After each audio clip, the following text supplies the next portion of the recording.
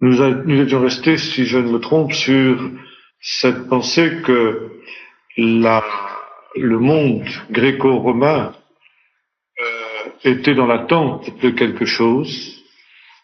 Il y avait une angoisse profonde dans le cœur des gens qui les amenait bien souvent à se tourner vers des religions orientales, notamment les cultes à mystère, dont le principal était le culte de Mitra.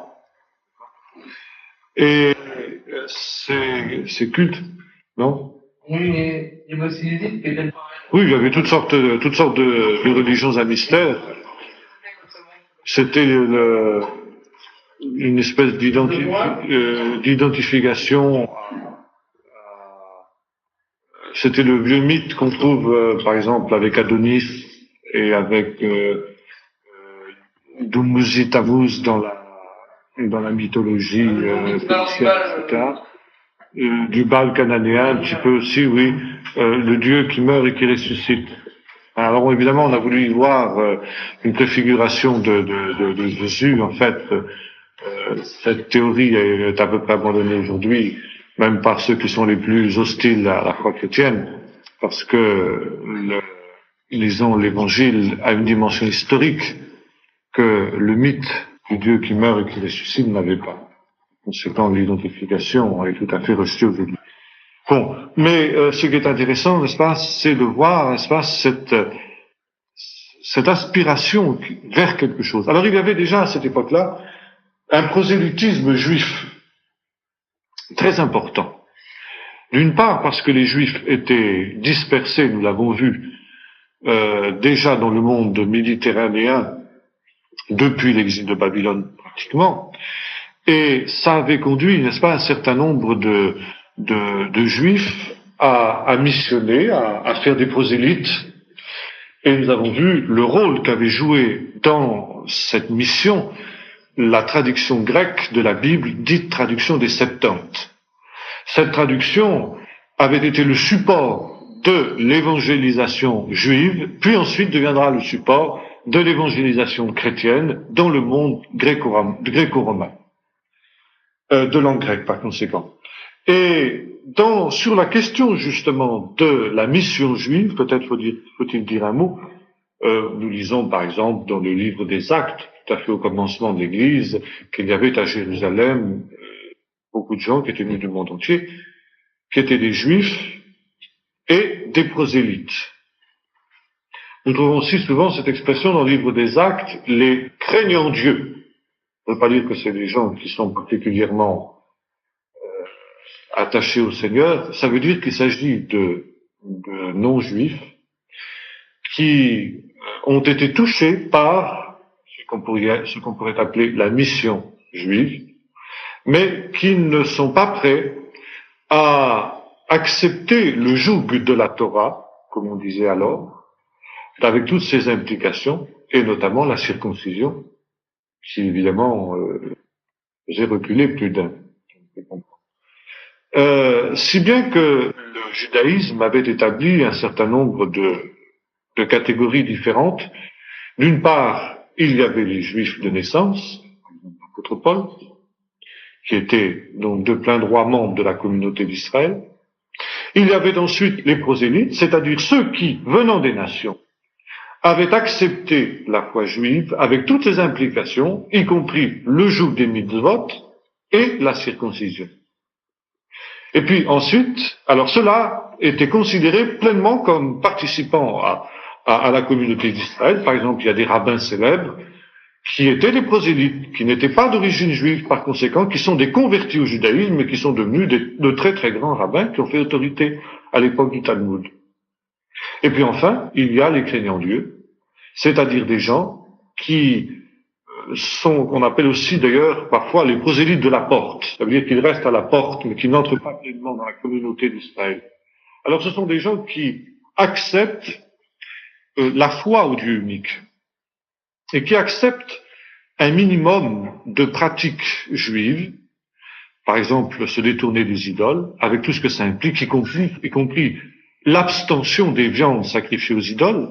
Et vous savez que c'est un thème qui sera repris par par les communautés chrétiennes. En tout cas, ce sera un grave problème qui se posera dans les communautés chrétiennes primitives. Les chrétiens ont-ils ou non le droit de consommer des viandes qui ont été au préalable offertes à des idoles? Les prosélytes et les craignants Dieu juifs, bien sûr, eux, s'abstenaient, n'est-ce pas, de la consommation de ce genre de viande. Ils respectaient un certain nombre d'autres commandements du même ordre, qui étaient le minimum pour que la communion avec les Juifs et les prosélytes, disons ceux qui avaient accepté le joug de la Torah, soit possible. Maintenant, sur le plan de la mission juive proprement dite, il y avait au sein du peuple d'Israël un débat extrêmement vif. Par exemple, quand nous lisons le Talmud, il y a des textes qui nous disent que celui qui fait un prosélyte, ça veut dire qui convertit un païen à la foi juive, eh bien, enfante une âme pour le royaume qui vient. Et par conséquent, le prosélytisme est alors considéré comme quelque chose de positif. Et vous avez presque, je dirais, aussitôt, des opinions qui sont totalement inverses, qui disent que les prosélytes sont le poison d'Israël et que ceux qui s'efforcent de convertir un prosélyte, ou un païen plutôt, de faire un prosélyte, eh bien, mériteraient d'être punis par le feu de la géhenne, quelque chose comme ça. Donc, il y a les deux opinions qui coexistent dans le judaïsme de cette époque-là. Car dans le fond, c'est tout le problème de l'universalisme du judaïsme qui est posé. Le judaïsme, une religion à vocation universelle. C'est un débat ainsi que va se situer l'Église chrétienne. Et là, nous sommes en plein dans Acte 15, comme nous allons le voir dans quelques instants. Jésus lui-même aurait penché, semble-t-il, du moins pendant son ministère terrestre, pour l'opinion qu'il ne fallait pas faire de prosélyte. Il interdira, par exemple, à ses disciples d'aller vers les païens. Car n'allez pas vers les païens, ni même dans les bourgs des Samaritains, mais allez plutôt vers les brebis perdues de la maison d'Israël. Bien sûr, c'était temporaire, cette interdiction de Jésus de se tourner vers les païens.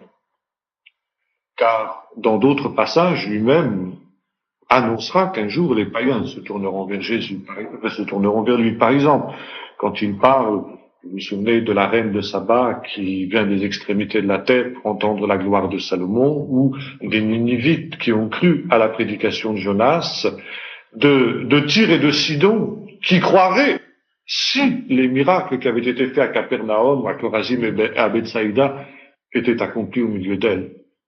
C'est donc que Jésus envisageait ce temps, n'est-ce pas, où, eh bien, ces gens de Ninive, donc les gens de Tyr, enfin les gens des régions non juives, se tourneraient vers lui. Jésus, en tout cas, n'a jamais refusé, bien sûr, vous le savez, d'intervenir en faveur des païens, que ce soit même en faveur des centurions romains qui interviennent à plusieurs reprises dans l'Évangile, ou bien même de cette femme syrophénicienne, bien qu'avec réticence, vous souvenez-vous-en, n'est-ce pas, il dira, je n'ai été envoyé qu'aux brebis perdues de la maison d'Israël, il n'est pas bon de prendre le pain des enfants et de le jeter aux petits chiens. Bien sûr, c'était pour éprouver la foi de la femme, mais ça se situerait assez bien, si vous voulez, dans le courant de ces rabbins qui voyaient d'un mauvais œil la mission juive parmi les païens.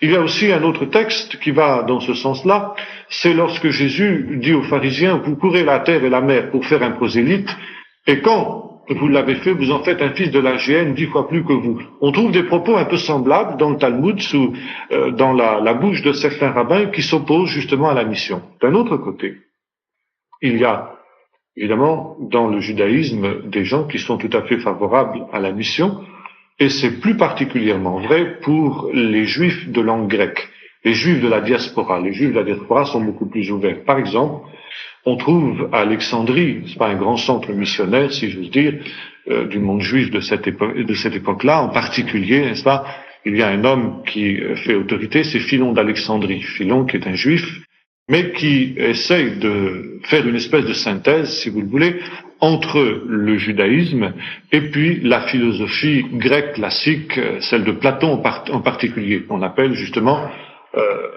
l'école d'Alexandrie, l'école néo-platonicienne à cause de cela. Et c'est précisément là que le bât blesse, si je vous dis. C'est la raison pour laquelle les rabbins israéliens s'opposent à la mission. C'est parce qu'ils craignent qu'en s'ouvrant trop aux païens, eh bien, le judaïsme perde sa spécificité, perde son caractère de peuple mis à part et de peuple élu, et que par conséquent, il y a un certain nombre de prescriptions qui ont un caractère non seulement religieux, mais national, et qui s'appliquent au peuple d'Israël sur le plan ethnique, sur le plan national, politique même, je dirais. Et par conséquent, dans cette logique-là, eh bien, le peuple d'Israël, la nation d'Israël, ne doit pas englober toute la terre, c'est évident. Il y a une spécificité que le peuple d'Israël doit garder au sein des nations. Il doit rester une nation à part, disent les rabbins. Mais, d'un autre côté, le Dieu d'Israël est aussi le Dieu de toute la terre. Il est le Dieu qui a créé aussi bien les païens que les juifs. Et ça, les juifs en sont conscients. Et la volonté qu'il a exprimée à Israël sur le plan moral en particulier est une volonté qui s'applique aussi aux païens. Donc, il est légitime, répondent d'autres, de répandre cela, n'est-ce pas, de répandre ce message du judaïsme dans toute la terre. Vous savez qu'à l'époque du Nouveau Testament, au moment où le christianisme va apparaître, le judaïsme avait pénétré très profondément dans la société romaine. Par exemple, Popée, qui était la femme de Néron, l'empereur de Rome, n'est-ce pas, était convertie au judaïsme. Elle s'était convertie au judaïsme.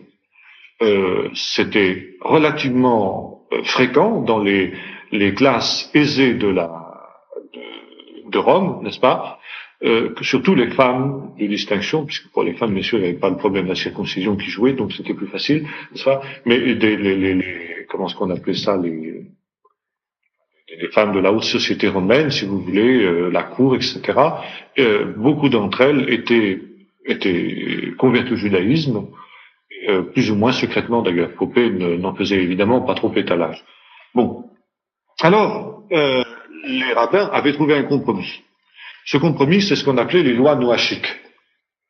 C'est-à-dire que on réservait le joug de la Torah, avec toutes ses prescriptions, toutes ses mitzvot, aux seuls juifs ou aux prosélytes, et avant justement que quelqu'un ne devienne vraiment un prosélyte, ne subisse la circoncision, il avait tout un cheminement qui était indispensable, on ne devenait pas prosélyte comme ça. Mais autrement, eh bien, on considérait que pour les goyim, pour les païens, qui désiraient s'attacher au Dieu d'Israël, qui désiraient donc devenir des craignants Dieu, il suffisait d'un minimum, c'est-à-dire l'alliance qui avait été conclue avec Noé. On opposait ces deux alliances, l'alliance du Sinaï, qui était pour le peuple d'Israël, avec toute la législation qui suivait, et puis l'alliance avec Noé, qui était une alliance universelle, puisque le peuple d'Israël n'existait pas encore à l'époque en tant que peuple. Donc ce qui a été prescrit à Noé, disent les rabbins, est valable aujourd'hui encore pour tous ceux qui veulent se tourner vers le Dieu d'Israël. Et quelles sont ces prescriptions qui avaient été données à Noé? Eh bien, d'abord, évidemment, de servir le Dieu d'Israël et lui seul, en s'abstenant des idoles. Deuxièmement, de s'abstenir du sang. Vous vous souvenez que c'était ce que Dieu avait demandé à Noé. Il avait dit, je vous donne la possibilité de consommer la chair de tous les animaux, mais vous ne mangerez pas la chair de l'animal avec son sang. Vous le répandrez à terre comme de l'eau. Et les rabbins considéraient donc que c'était une prescription qui était valable pour les goyim, qui se tournaient vers Dieu, le Dieu d'Israël, qu'ils s'abstiennent de cela. Donc aussi on trouve dans le livre des Actes, acte 15, les animaux étouffés pour la même raison, parce que il fallait que l'animal soit saigné, autrement il était mangé avec son sang. De l'impudicité, et notamment des unions illicites qui fleurissaient à l'époque de la fin du Haut Empire romain. Et puis, enfin, n'est-ce pas, cette règle d'or qui résumait toute la législation morale du judaïsme, qu'ils ne fassent pas aux autres ce qu'ils ne voudraient pas qu'on leur fasse. La règle d'or que Jésus aussi reprendra dans le sermon sur la montagne, comme vous le savez. Donc c'était le minimum que les païens étaient tenus de respecter pour pouvoir être acceptés par le Dieu d'Israël. Et ils étaient considérés alors comme, je dirais, associés au peuple d'Israël, prosélytes de la porte, craignant Dieu, c'est ce qu'on entendait quand on parlait des craignants Dieu, quand vous trouvez cette expression dans le livre des Actes, c'est à ce genre d'hommes que cela se réfère. Et puis, vous avez cette pensée que ces gens-là, eh bien, n'étaient toutefois pas vraiment membres de la communauté d'Israël. Par exemple, ils n'avaient pas le droit de pénétrer dans le temple, au-delà du premier parvis, du parvis des Goyim, sous peine de mort. Et, bon, un certain nombre vous pouvez pas prier dans la synagogue, par exemple, un certain nombre de choses semblables. Mais, disons qu'ils étaient considérés comme des gens que l'on pouvait fréquenter, que les Juifs pouvaient fréquenter sans crainte de se souiller. Et malgré ce compromis, il y avait quand même des gens qui étaient hostiles dans le judaïsme à la mission sous toutes ses formes. Pourquoi? Parce qu'ils craignaient encore une fois cette perte de la spécificité, que le judaïsme, en s'ouvrant aux dimensions universelles, ne se dilue, ne commette des compromis avec le monde ambiant, notamment le monde grec, qui était considéré comme particulièrement dangereux. Et c'est pourquoi, par exemple, tout ce qui venait d'Alexandrie, où il y avait cette école néoplatonicienne, avec cette synthèse entre la philosophie grecque et le judaïsme, était considéré comme particulièrement suspecte par les Juifs d'Israël, ce qu'on appelait les Hébreux. Par exemple, ce que le livre des Actes appelle les Hébreux par opposition aux hellénistes. Les Hébreux, c'était ceux qui étaient donc de langue araméenne, qui étaient en majorité originaires du pays d'Israël, et les hellénistes, c'était ceux qui venaient de la diaspora, plus particulièrement de la diaspora d'Alexandrie. Et ces gens-là, il y avait une tension entre ces deux groupes, même ceux qui étaient à Jérusalem, parce qu'il y avait des gens originaires d'Alexandrie qui étaient à Jérusalem. Maintenant, ceux qui étaient les Juifs originaires de la diaspora, donc les hellénistes, pour reprendre le terme du livre des Actes, étaient des gens qui, du fait qu'ils vivaient dans un milieu ouvert, et beaucoup moins fermé que le milieu palestinien, si vous le voulez, eh bien, étaient automatiquement beaucoup plus ouverts aux autres, beaucoup plus ouverts sur le monde. Ils avaient une ouverture d'esprit sur le monde que les Juifs d'Israël n'avaient pas. Et c'est pas particulièrement net, par exemple, que de penser qu'un homme comme Paul, qui sera justement l'artisan essentiel de la mission chrétienne, est un juif hellénistique, en quelque sorte. C'est un juif de Tars, c'est-à-dire d'une ville en dehors du pays d'Israël, d'une ville grecque, d'une ville hellénistique, qui, bien qu'étant fortement ancrée, n'est-ce pas, dans la tradition juive et dans la tradition israélienne, n'est-ce pas, Paul est tout de même un juif qui parle grec, qui est ouvert sur le monde grec. Le grec, faut dire, de cette époque-là, le grec qui était parlé dans ce milieu-là, c'était pas le grec de Démosthène, c'est pas le grec classique. C'est ce qu'on appelle le koiné, c'est-à-dire le dialecte populaire dans lequel le Nouveau Testament est écrit, d'ailleurs, n'est-ce pas? Mais c'était des gens qui avaient cette ouverture d'esprit que les Juifs, par exemple, comme Pierre, comme les autres apôtres, n'ont pas. Et on retrouve, voyez-vous, c'est très curieux, on peut faire un parallélisme, on retrouve ces mêmes tendances à l'intérieur de l'Église chrétienne.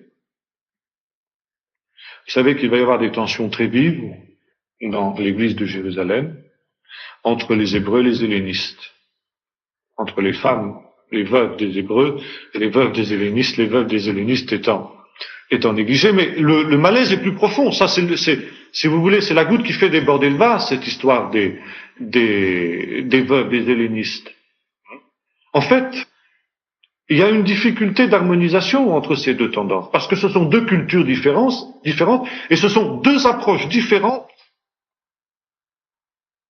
je dirais, de la vocation qui est adressée à Israël, et par conséquent qui est adressée à l'Église, car à l'époque, on ne fait pas encore différence entre Israël et l'Église. C'est une seule et même réalité. Alors, les hellénistes vont insister davantage sur l'ouverture, la nécessité d'une apologétique qui va devenir accessible aux non-juifs. Donc d'un certain accommodement du judaïsme pour qu'il soit acceptable par les autres.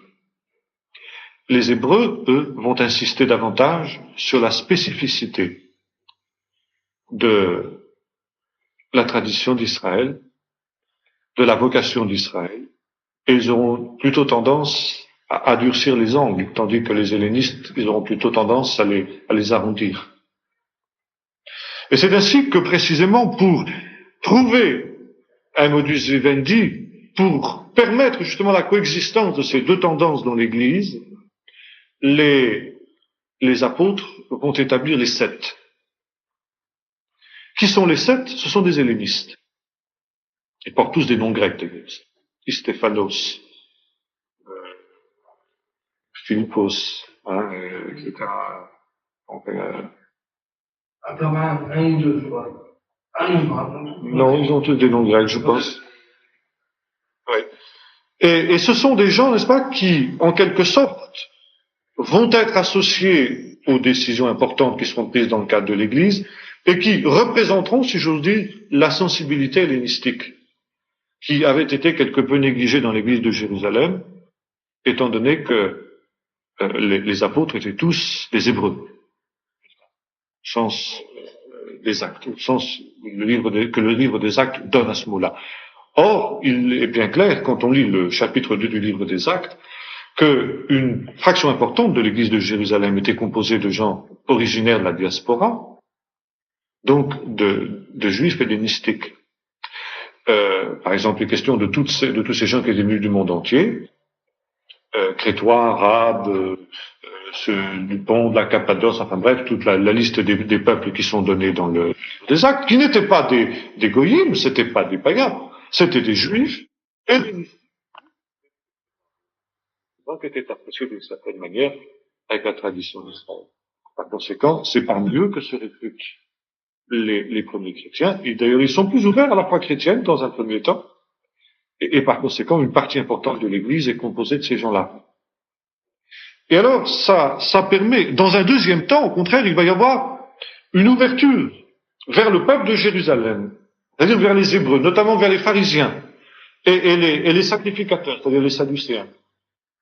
Et les deux catégories de juifs, donc hébreux, vont se retrouver dans l'église de Jérusalem.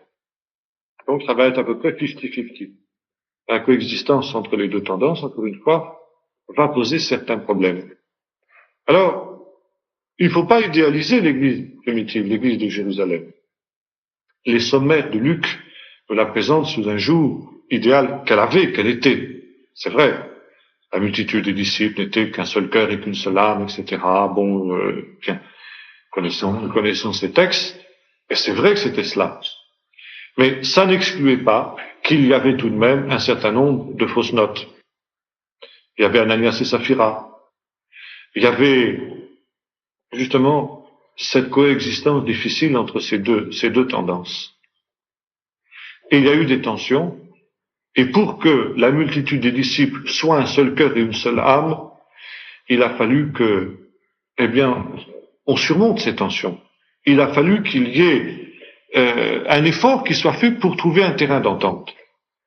Et alors, justement, les choses se sont particulièrement compliquées à partir du moment où l'Église s'est ouverte vers les païens. À partir du moment où les premiers païens sont entrés dans l'Église.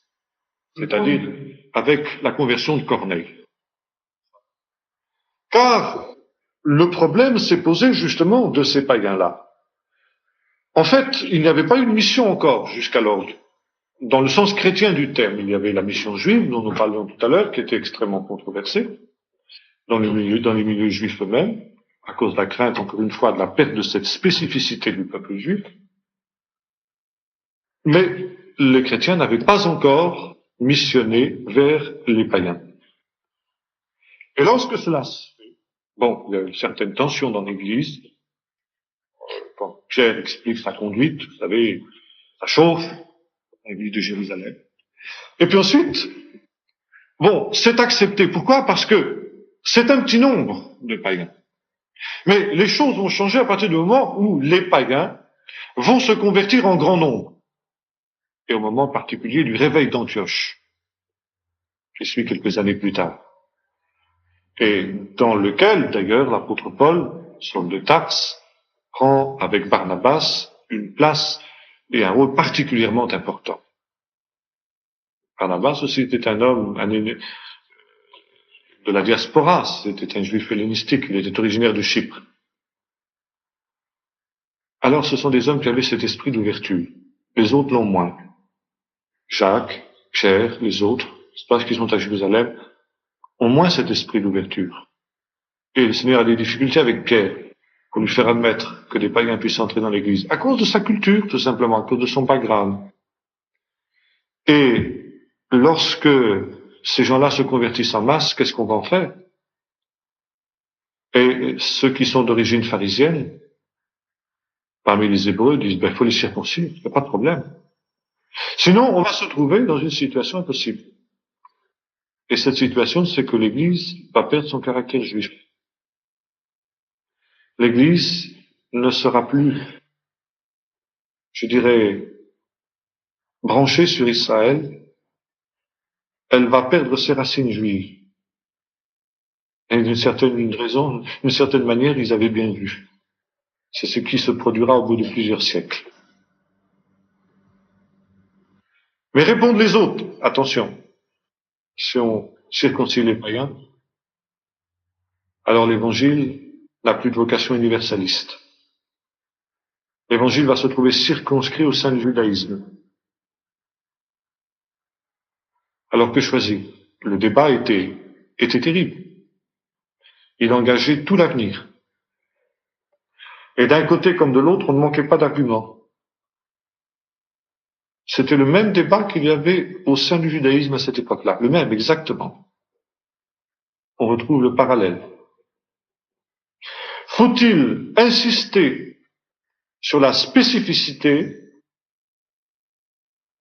ou bien faut-il insister sur l'universalisme? C'était tout le problème. Alors, il fallait vraiment l'intervention du Saint-Esprit dans cette affaire, comme nous le montre le livre des Actes, chapitre 15. Il fallait vraiment que ce soit Dieu qui intervienne. Et la solution qui est adoptée, c'est assez curieux de voir qui est celui qui fait pencher la balance. C'est Jacques, le frère de Jésus. Son frère selon la chair, qui était pas du nombre des apôtres, attention. Il y a plusieurs Jacques dans l'évangile. Il y a 4 Jacques, en fait, Alors, on a tendance à mélanger, parce que Jacques, c'est la traduction de Jacob. Et Jacob, évidemment, c'était un nom en Israël extrêmement répandu comme Jacques dit d'ailleurs. Donc, on trouve plusieurs Jacques dans le Nouveau Testament. Le premier Jacques, si j'ose dire, c'est Jacques, fils de Zébédée, qui était un des 12, et qui était aussi un des 3 apôtres, qui étaient les plus proches de Jésus pendant son ministère. Parmi les 12, il y en avait 3 qui étaient plus proches. Pierre, Jacques et Jean. Et Jacques était donc un des 3. Jacques, fils de Zébédée. Dans le collège des 12, il y avait un deuxième Jacques, qui est défini comme étant Jacques, fils d'Alphée. Les catholiques ont simplifié le problème en appelant Jacques, fils de Zébédée, Jacques le majeur, et Jacques, fils d'Alphée, Jacques le mineur. C'est une terminologie qui n'est pas biblique, mais qui rend compte de ces deux choses. Et il y a un troisième Jacques dont on parle peu, qui est un personnage d'ailleurs assez peu précis dans l'évangile. Je crois qu'il est question de lui dans les Galates, il est soit le père, soit le frère de Jude. Et puis enfin, il y a Jacques, le frère du Seigneur, qui apparaît surtout dans le livre des Actes, et qui est l'auteur de l'épître du même nom, l'épître de Jacques. Et ce Jacques, qui nous dit l'évangile de Jean au début, qui essaye toujours, n'est-ce pas, de ramener les païens qui sont convertis à l'évangile, à des pratiques juives. Alors, il y a cette tension, ce débat. Et puis, il y a ces gens-là qui disent, dans le fond, qu'est-ce qui en veut à Paul? On voit, par exemple, dans les écrits d'un certain nombre de sectes parce que ces gens-là vont se marginaliser de plus en plus avec le temps. Et notamment avec cet événement capital que nous allons voir dans un instant, qui est la ruine de Jérusalem. Et après la ruine de Jérusalem, se créent des sectes chrétiennes, deux sectes en particulier, qu'on appelle les Ébionites et les Nazaréens. Les Nazaréens, de l'église ici. Les Ébionites, ça veut dire les pauvres. Ébion en hébreu, c'est les pauvres. Ce sont les gens qui font état, vous savez, du texte de béatitude vers les pauvres.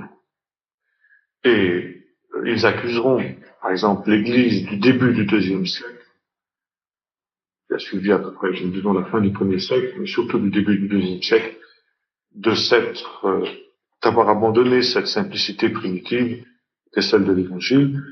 Et eux, ils avaient gardé un peu la dimension communautaire, si vous voulez, de l'église primitive de Jérusalem. Il devait y avoir sans doute pas mal d'éléments de l'église de Jérusalem qui, après la destruction du temple, les avaient rejoints. Eux-mêmes vivent donc dans comment dirais-je, en bordure du désert, un peu, quoi, dans ces régions-là, si vous voulez, au sud de Jérusalem. Et les Nazaréens, alors eux sont moins typés, mais enfin c'est une secte aussi comme ça. Et alors eux, ils sont extrêmement virulents à l'endroit de l'apôtre Paul. Par exemple, ils interprètent les textes de Jésus parlant justement de l'homme de péché, du fils de la perdition, comme s'appliquant à Paul. Ça vous montre l'acuité qu'avait pris le débat, qui avait commencé là. Alors en fait, ces Nazaréens, on peut plus dire au IIe siècle qu'ils sont des chrétiens, parce que par exemple ils ont renié la foi dans la divinité de Jésus, par exemple. Ils sont vraiment redevenus juifs, pratiquement, si vous voulez. Mais pour eux, Jésus est un prophète dont l'enseignement doit être suivi et respecté, et c'est en cela qu'il s'apparente encore, si vous voulez, au christianisme. Mais alors, ils en veulent terriblement à Paul. Et pourquoi à Paul? Parce qu'il a ouvert l'évangile aux païens. Parce qu'il a prêché aux païens. Et ils considèrent que la trahison de l'évangile, eh bien, c'est justement l'ouverture aux païens. Pourquoi? Parce que justement, il y a eu cette coupure, il y a eu cette perte de l'identité juive, n'est-ce pas, de l'évangile qu'ils croient retrouver donc dans l'enseignement de Jésus et dans la personne de Jésus lui-même, qui a été un juif selon la loi, etc. Et par conséquent, ils estiment que Paul est pour reprendre l'expression de La Fontaine, le galop d'où vient tout le mal. C'est intéressant parce qu'on retrouve cette opinion aujourd'hui dans les milieux juifs, les milieux juifs modernes, qui, pour la plupart d'entre eux, ont beaucoup de respect pour Jésus et seraient prêts à reconnaître en lui un prophète, un homme dont l'enseignement a valeur aujourd'hui, peut avoir valeur en tout cas pour les Juifs, mais qui en veulent aussi terriblement à Paul, et pour la même raison, parce que Paul a ouvert l'évangile aux païens. Et, voyez-vous, il y a ce conflit qui est là, et qui va expliquer ensuite le divorce. Pourquoi? Parce que là, justement, nous arrivons à la ruine de Jérusalem en 70. Et nous avons vu que c'était un débat qui était vif à la fois dans l'Église chrétienne et à la fois dans le judaïsme non chrétien. C'était le même débat. Faut-il ou non se tourner vers les païens? Alors, les Hébreux disaient priorité aux Juifs. Quelques païens éventuellement, comme Corneille, mais pas plus. Mais donner priorité, comme fait Paul, aux païens, eh bien, c'est trahir l'évangile, c'est trahir les paroles de Jésus, aller de préférence vers les brebis perdues de la maison d'Israël. Alors Paul a une objection à ça. Il dit non. Pourquoi? Parce que ce n'est que lorsque la plénitude des païens sera entrée dans l'Église, c'est-à-dire ceux que le Seigneur a élus, que tout Israël sera sauvé. C'est le fameux texte des Romains, vous savez, Romains 9, 10 et 11. Il faut comprendre ces trois chapitres, 9, 10 et 11 de l'Épître aux Romains dans ce contexte, où Paul répond en quelque sorte à toutes les objections de ces détracteurs. L'Épître aux Romains, c'est cela. C'est une épître de combat. Il ne faut pas oublier que la plupart de nos épîtres sont des épîtres de combat. Il y a tout un contexte de polémique derrière les épîtres. Toutes les épîtres. Autrement, elles n'auraient pas été écrites. Elles ne sont écrites que parce qu'il y a problème. Et Paul expose dans l'Épître aux Romains ce qu'il appelle son évangile. Ce qui lui est personnel, ce qu'il a reçu de Dieu. Il dit voilà, je prêche aux païens, etc. Il explique l'universalisme de la foi chrétienne. N'est-ce pas, pour les juifs et pour les grecs, enfin, c'est les premiers chapitres. La foi d'Abraham, n'est-ce pas, qui justifie tout homme, qui marche par la foi, etc. Bon. Et puis ensuite, il dit, mais alors maintenant, de cette objection, qu'est-ce qu'on peut retenir? Israël, alors, dans tout ça. Bon, Israël reste le peuple élu. Reste celui qui a priorité. D'accord pour les juifs, pour les grecs. Pas d'accord, dit Paul. J'admets cette priorité. Bon. Maintenant, moi, quand je prêche aux païens, ma prédication, bien loin de se faire au détriment d'Israël, se fait à l'avantage d'Israël. Car plus le nombre des païens qui entrent dans l'Église est grand, plus nous nous approchons du temps où tout ce que le Seigneur a connu d'avance et qu'il a élu parmi les païens sera entré dans l'Église. Et le jour où cette plénitude sera complète, ce sera la plénitude du temps des nations. Paul ici discute en quelque sorte, commente, midrashise, je voulais prendre le terme hébreu, la parole de Jésus. Jérusalem sera pillée par les nations jusqu'à la plénitude du temps des païens, donc jusqu'à la plénitude des païens. La plénitude, ça veut dire le nombre de ceux que le Seigneur a connus comme devant participer à l'Église sera complet. Ce jour-là, tout Israël sera sauvé. Donc, en prêchant aux païens, je hâte le temps où tout Israël sera sauvé. Voyez-vous, ça c'est la dialectique de Paul. Hein.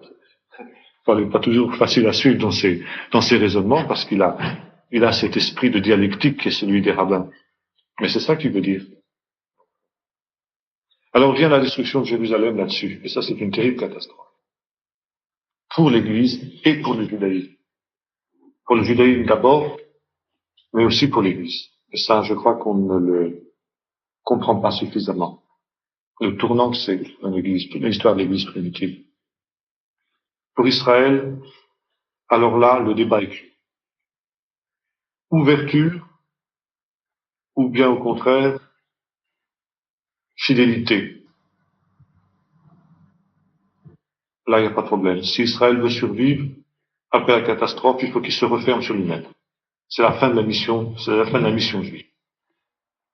À partir de ce moment-là, jusqu'à nos jours, le judaïsme ne sera plus jamais religion missionnaire. Certes, quelques païens par-ci par-là peuvent se convertir à titre individuel au judaïsme. Le judaïsme ne s'y est jamais opposé, il y a toujours eu des prosélytes à toutes les époques. Il y a même eu parfois des espèces de résurgence d'un certain prosélytisme. Par exemple, au 8e siècle après Jésus-Christ, il y a toute une tribu de Tartares qui s'est convertie au judaïsme en Russie centrale avec armes et bagages, et depuis le roi jusqu'au dernier des serviteurs, etc.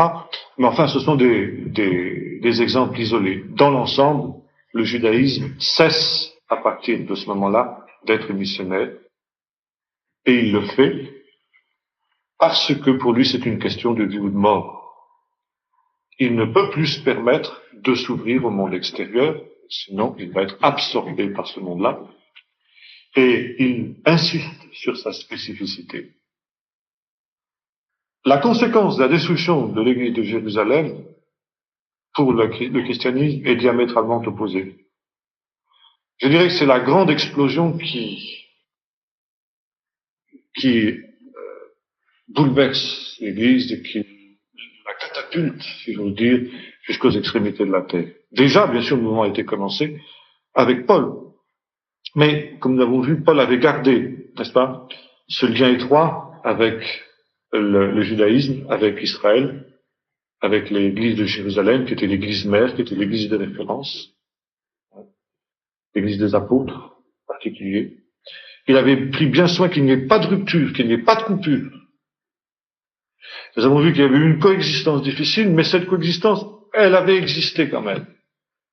Elle avait persisté jusqu'à la destruction du temple. Mais, au moment de la destruction du temple, alors là, tout change. À Jérusalem, il n'y a plus d'église. Non pas que l'église ait été détruite, parce qu'elle a réussi à échapper à la catastrophe. Vous savez que le siège a commencé en 66, et qu'il a été interrompu en 67-68, au moment où Néron est mort. Et Vespasien, qui était candidat au trône à la succession de Néron, a dû faire valoir ses droits par les armes, comme c'était la coutume à ce moment-là, et par conséquent, ayant d'autres chars fouettés, il a levé le siège de Jérusalem. Et les Juifs ont vu une intervention de Dieu, Dieu qui nous délivre, comme il nous a délivrés au moment de Sancheriv, quand il a siégé Jérusalem. Mais les chrétiens ont lu la parole de Matthieu, la parole de Jésus. Quand vous verrez Jérusalem investie par les armées, sachez que sa désolation est proche. Alors que celui qui est dans la ville s'enfuit dans les montagnes. Que celui qui est dehors ne revienne pas dans la ville pour prendre son manteau. Malheur aux femmes qui seront enceintes et qui allaiteront ces jours-là parce qu'elles ne pourront pas courir vite. Priez pour que ce ne soit pas un jour de Shabbat, etc. Bon. Alors on associe souvent ces textes avec la fin des temps, le retour de Jésus.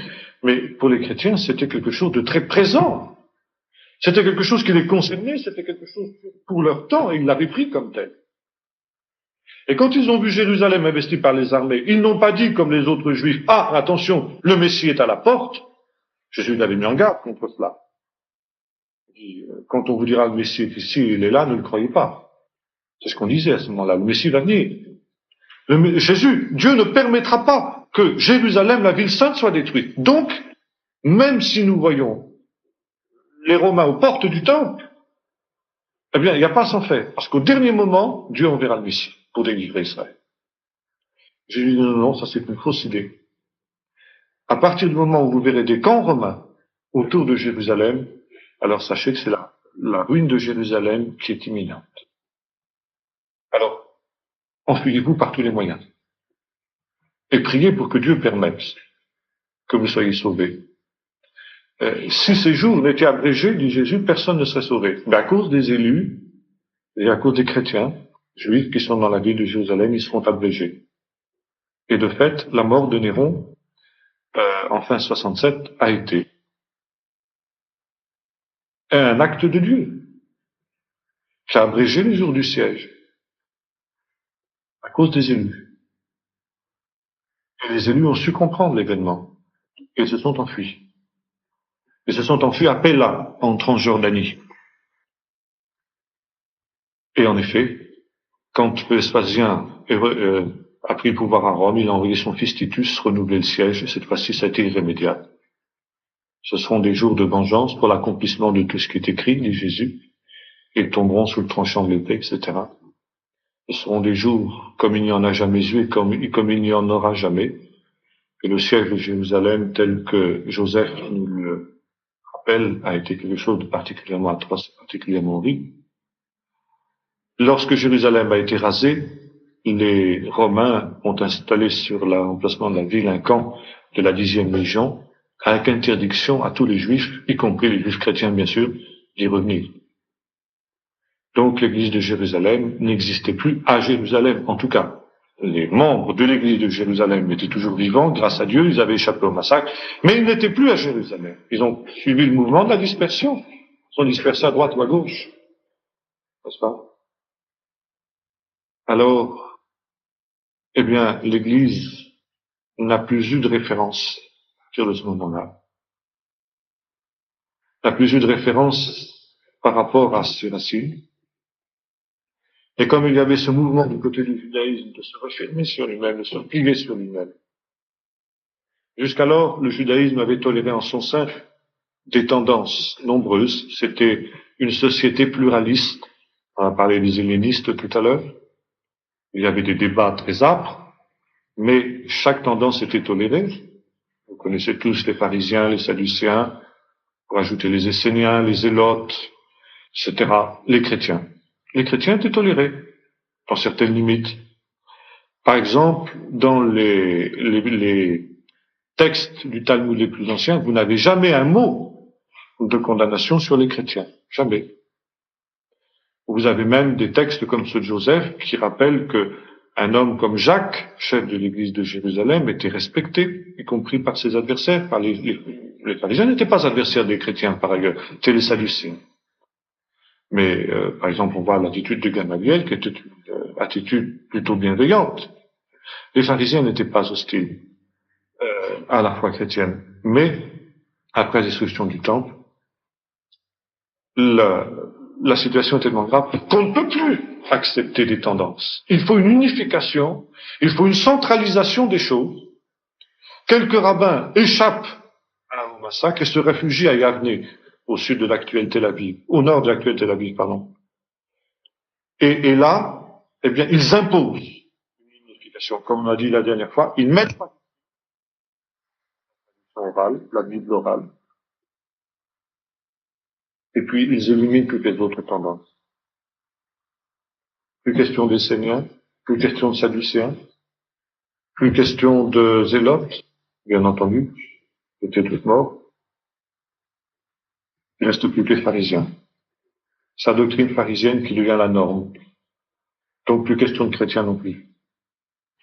Les chrétiens sont exclus de la communauté d'Israël. Même si, en fait, ça va se faire pas du jour au lendemain, ça se fait en quelque sorte entre les deux révoltes. Entre 70 et 135 après Jésus-Christ, mais après la deuxième révolte, alors la rupture sera consommée.